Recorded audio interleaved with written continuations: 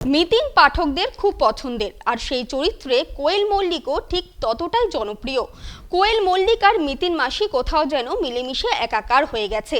আগের দুটো পর্বের সাফল্যের পর এবার তৃতীয় ফ্র্যাঞ্চাইজি মিতিন একটি খুনির সন্ধানের মুক্তি পেল 25শে ডিসেম্বর।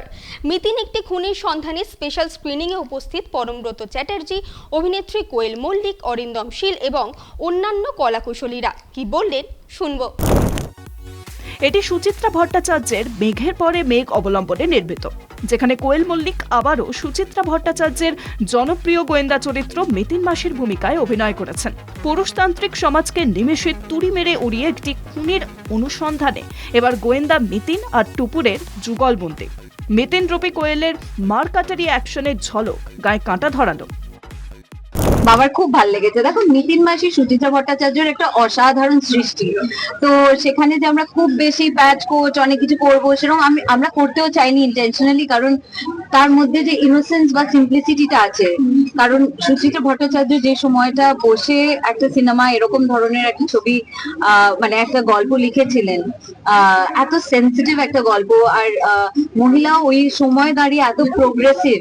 কারণ তখনকার দিনে যে মানে কি বলবো, যে যে খুন্তি নাড়ছে, আমি যেটা আগেও অনেকবার বহু জায়গায় ইন্টারভিউতেও বলেছি, যে এক হাতে খুন্তি নাড়ছে অন্যদিকে রিভলভার তুলছে, সেটা একদিক থেকে এখন যেরকম আমাদের সমাজ চলছে, বিভিন্ন মানুষ বিভিন্ন রকম সব মহিলারা কর্মক্ষেত্রে দেখে বোঝাই যাবে না সে আবার বাড়িতে এসে একেবারে একজন গৃহিণী।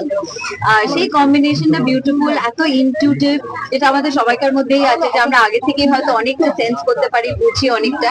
তো এইসব জিনিস নিয়ে মিতিন মাসি আর মিতিন মাসির তাই জন্য ভালো লাগছে যে এই গল্পটা আবার করে এত এত এত ভালোবাসা পাচ্ছে। আবার এখন পুরো মুখটা দুধ করছে, বিকজ এই প্রথম অডিয়েন্স রিঅ্যাকশন আমি সামনে থেকে পাচ্ছি। So I am really excited. এবার যাই শুধু আমার ভালো বলে নেই, আমরা সবাই আমাদের ভালো, সবার ভালো হচ্ছে। কেননা বাংলা ছবি যদি হলে হাউসফুল বোর্ড দেখি প্রতিনিয়ত প্রতিদিন, সেটা আমাদের জন্য সত্যি এটা বিশাল বড় একটা পাওয়া। আর বছরের শেষে অনেক বড় প্রাপ্তি এটা আমাদের জন্য, যে বাংলা ছবি